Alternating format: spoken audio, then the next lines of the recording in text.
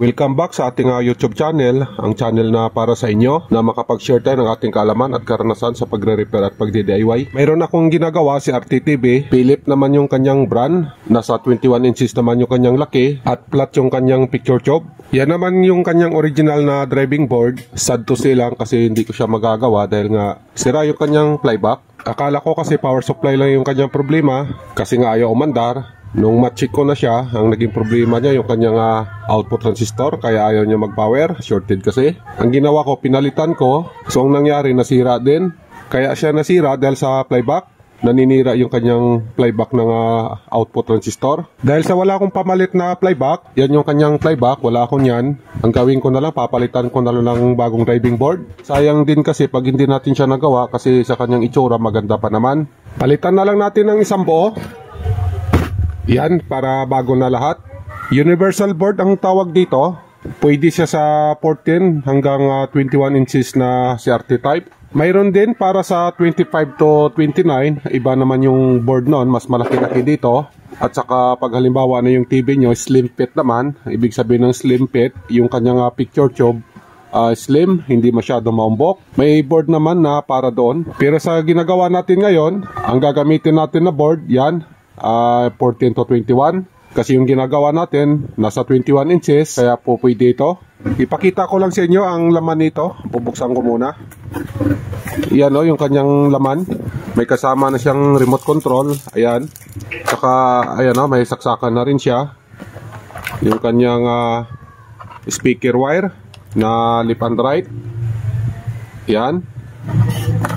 Para naman ito sa yoke doon sa kanyang horizontal at vertical na winding, ilalagay natin. Ayan. Ang kanyang manual at saka yung kanyang audio video. Yan naman yung kanyang driving board. Yung kanyang sensor nga pala, yan. Yan yung universal board natin na isang set na siya.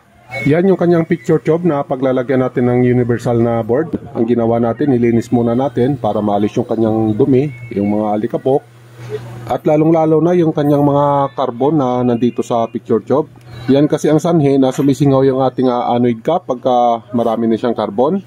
Kaya ang ginawa natin, nilinis natin na maigi yung paglalagyan natin ng flyback para walang singaw.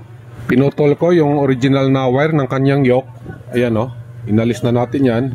Para mailagay natin yung ating bago na wire ng universal na board. Mostly kasi ganito ang kulay ng wire ng yoke pagka universal board na yung kinakabit natin. Mapa 21 man yan, 25 or pang slim fit. Ganito talaga ang kadalasan na nakikita ko na color. Mayroon siyang kulay blue, red, black at saka white. Lahat kasi ng klase na universal board na ikabit ko na, wala akong nakita na nagbago ang kulay. Ganito talaga kadalasan ang kulay na ginagamit na para sa yoke. Ang dalawang terminal na nasa harap, magkapares yan. Yan yung kanyang horizontal winding. Yung doon naman sa likuran, yan at saka itong kabila, magkapares din yan. Ang kanyang vertical winding. Sukatan natin ang multimeter. Set lang natin sa times 1, buzzer mode, yung gamitin natin. Yan, may buzzer tayo. Sukatan natin yung isang pares. Ilagay natin yung ating panukat. Okay lang naman kahit na magkabaliktad yan. Ganyan o. Yan, may tunog siya. Yan ang magpartner. Pag halimbawa na hindi tumunog yan, ibig sabihin sira yung kanyang winding.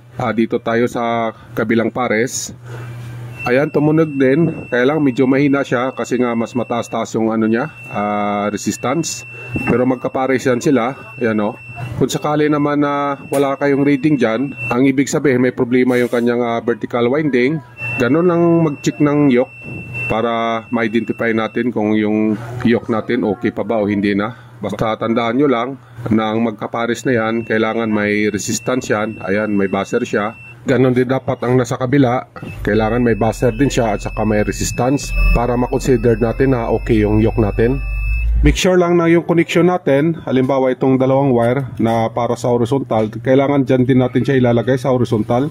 Yung para naman sa vertical na wire, dyan din natin ilalagay sa vertical na terminal. Kasi kung sakali na mabaliktad natin yan, yung ating para sa horizontal na connection na ilagay natin sa vertical, ang mangyari masisira yung vertical IC ng ating driving board. Pwede naman na magkabaliktad yung connection ng blue natin at saka yung pula. na halimbawa yung pula natin dito sa kabila, yung blue naman dito sa kabila, okay lang naman yan. Depende dun sa kinalabasan ng screen. Pagka halimbawa na baliktad yung display natin, pwede natin baliktarin din. Pag halimbawa na hindi natin nakuha dito sa pagbaliktad, pwede din naman yung kabila yung baliktarin natin kung ano yung kinalabasan. Kung halimbawa na normal na, hindi na baliktad yung tao, hindi na baliktad yung display niya, ibig sabihin yun yung tama na connection. Yung kanyang dalawang wire para sa speaker na ikabit na natin yan. At saka yung kanyang original na driving board, kinat natin yan para magamit natin yung kanyang harap, para maibalik natin yung kanyang manual na pindutan. At saka yung kanyang power switch nga pala, ito yung galing sa universal board natin. Ang ginawa natin, ginamit natin yung kanyang original na switch para hindi na tayo yung magbabago-bago pa ng paglalagay doon sa loob. So ang gawin na lang natin, kaya ginamit natin siya, ibabalik natin yung board doon sa loob, lalagyan na lang natin dito ng stopper na glow stick. Yan, ganyan, para hindi na tayo mahirapan sa pagkabit pa kung sakali na ito ikakabit natin. Ito na lang yung kanyang original, para isang pasok na lang ganyan dito sa kanyang magkabilaan na release. Lalagyan na lang natin ng stopper yung kanyang gilid dito sa kanto na yan. Lalagyan natin ng glow stick yan para pagka tinulak nila yung switch ng power, hindi siya atras. At saka yung nga pala, binago na din natin yung kanyang sensor para sa remote. Yan ang sensor ng universal board natin. Kung ilalagay kasi natin dito, halimbawa ito yung pagbabasihan natin, yung kanyang read indicator sa power. So ang magiging kinalabasan nito, ganyan yung magiging posisyon niya. Ang problema lang, nakaharang siya dito sa ating main switch. Ayan Kaya ang ginawa ko na lang, inalis ko na lang yung mga piyesa nito. Ganon din yung kanyang sensor, nilipat ko na yan dyan. At saka yung resistor niya dito at saka kapasitor, nilipat ko na din, dito ko nilagay sa likuran. Instead na ito yung gamitin natin na board, ang ginawa ko na lang, dito na lang natin nilagay yung mga parts niya. Ang gawin nyo na lang, susundan nyo na lang kung ano ang layout dito, at ganon din yung pag-layout sa kanyang sensor para hindi mabago. So ang mangyari, ganon pa rin yung kanyang kinalabasan. So ang naging itsura niya, ganon na. Bali, pasok na siya doon sa ginagawa natin. Yung kanyang read indicator naman, ang ginamit natin yung original pa dito sa board ng Philips. Yung sa universal board natin, hindi na natin inalis yan kasi wala siyang stand. Ito kasi may stand, ilagay ko na sa loob para makapag-testing na tayo. I-fix na natin itong ginawa natin na para dun sa harapan niya. Ganyan na yung kinalabasan sa setup. Nilagyan natin siya dito ng glow stick para magiging stopper niya na hindi siya atras. At saka yung kabila, nilagyan na lang natin siya ng glow stick kasi para may stand din, para pantay na sila. Testing na natin yung ating universal board kasi naka-ready naman lahat. Bali, ang ginawa ko nga pala dito, dinagdagan ko ng hinang, lalong-lalo na yung kanyang vertical section at saka yung mga iba na parts na medyo manipis yung hinang, dinagdagan na rin natin. Iwas sa loose connection, kabit na natin to. Unahin natin ikabit yung wire ng yoke. Diyan lang natin siya ilalagay. Yan, ganyan. Yung red natin, dito naman natin siya ilalagay sa kabila. Maski saan dito, depende sa kinalabasan doon sa screen natin. Mostly kasi pag mga 32 inches yung ginagawa ko, dito ko siya nilalagay, dito sa pinakadulo na. Yan, ganyan. Kung sakali na malapad yung kinalabasan sa screen, pwede naman na ilipat nyo doon sa pangalawa, sa pangatlo. Kasi yan yung sizes niya. Depende doon sa kinalabasan sa screen, i-adjust lang natin. I-jump lang natin itong ating wire. Ang susunod, ilalagay natin yung ating speaker dito sa dalawang terminal. Dito yung isa at saka yung isa dito sa kabila. Magkatabi lang yan sila. Yan, ganyan. Yan yung ating papuntang speaker. Pagkatapos, ilagay na natin yung ating supply na 220 volts. Dito natin siya ilalagay. Yan, ganyan. At saka yung kanyang degaussing. Ang gawin natin, ikakat na lang natin yan. Ihinang natin dito kasi hindi siya magkasya. Ito yung kanyang degaussing, galing dito sa wire na yan. Ayan siya, Diyan natin siya ilalagay. Ihinang ko lang muna. Nahinang na natin yung kanyang degaussing. Yung kanyang sensor naman na para sa remote, dito natin siya ilalagay. Lagay ko lang.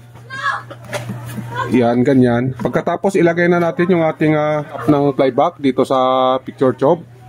Yan.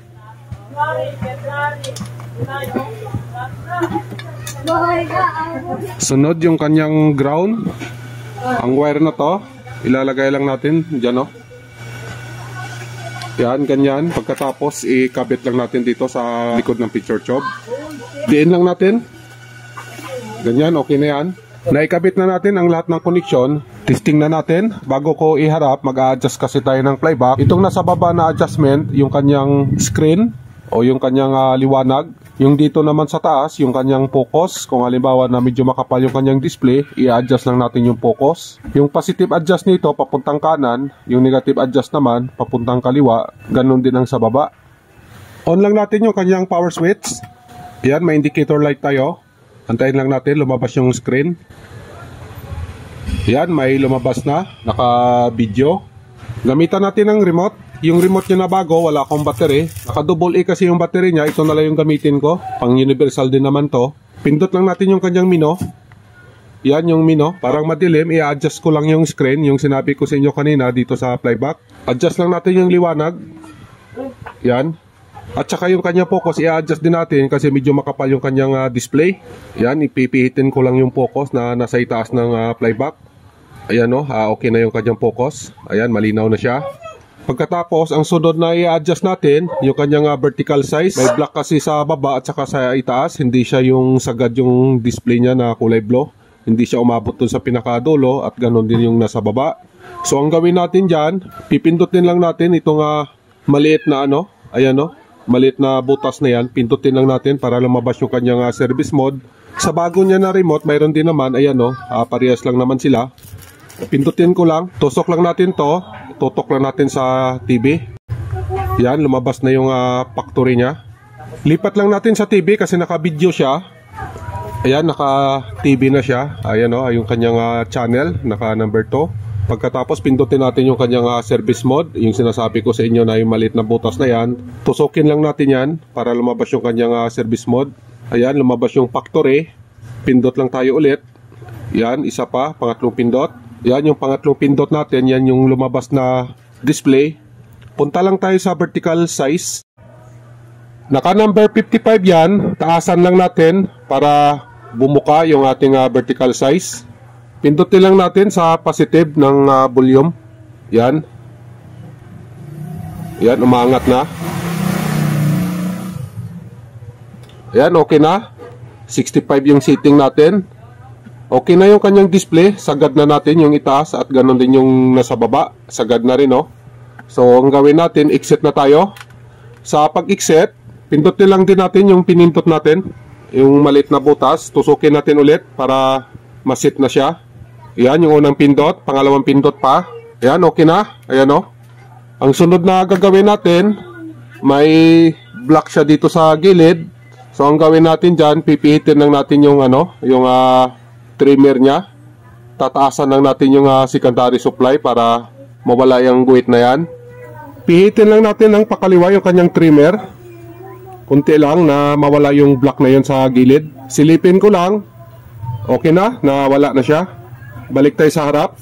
Yan na yung kinalabasan sa setup natin. Okay na. Yung vertical size natin, okay na rin. At saka ganun din yung ating horizontal size. Okay na. Normal na yung display niya. Lagyan ko lang ng cable. Ayan, nalagyan ko na siya ng cable. Open lang natin yung kanyang menu. I-auto search lang natin yung kanyang channel. Punta tayo dun sa auto search. Enter lang natin. Ayan, nag-auto search na siya. Para yung mga channel niya ma-store dun sa kanyang memory. Nagawa din natin ang unit na to. Bali, yun lang ang ginawa natin. Nagpalit tayo ng universal na board. Kung sakali na may mga ganito kayo na TV na naghihinayang kayo na i-junk or i-junk shop, pwede naman na orderan nyo ng universal board. Available naman siya dun sa online. Pwede naman sa Shopee or di kaya sa Lazada. At yung pagkabit naman, ganun lang yung gawin nyo. Madali lang naman siya i-set up. So yan, nagawa pa natin ng unit dahil sa universal board na kinabit natin. Ayan, patapos na yung auto search. Hanggang 125 channel kasi yan. Pagkatapos niya, automatic stored na siya. Ayan na, okay na. Ipatay ng channel. Ayan yung kinalabasan. Ayan maganda pa Maganda pa yung picture tube niya. Malinis pa Okay pa siya. Lipat tayo ng channel. Yan, okay pa. Because I need to focus. Volume natin. I'm not bored anymore. I'm fascinated by everything. Yan, okay naman yung kanyang sound. So ayan, nagawa din natin ng unit. Bali yun lang ang ginawa natin. Nagpalit tayo ng universal board. At saka yan naman yung kanyang kinalabasan. Okay na siya. Magagamit na siya natin ulit. I-assemble ko na lang to. Hanggang dito lang tayo. Maraming salamat nga pala sa oras nyo. Sana makatulong sa inyo ang ginawa nating video. God bless sa inyong lahat. Mag-iingat kayo lagi. Bye-bye.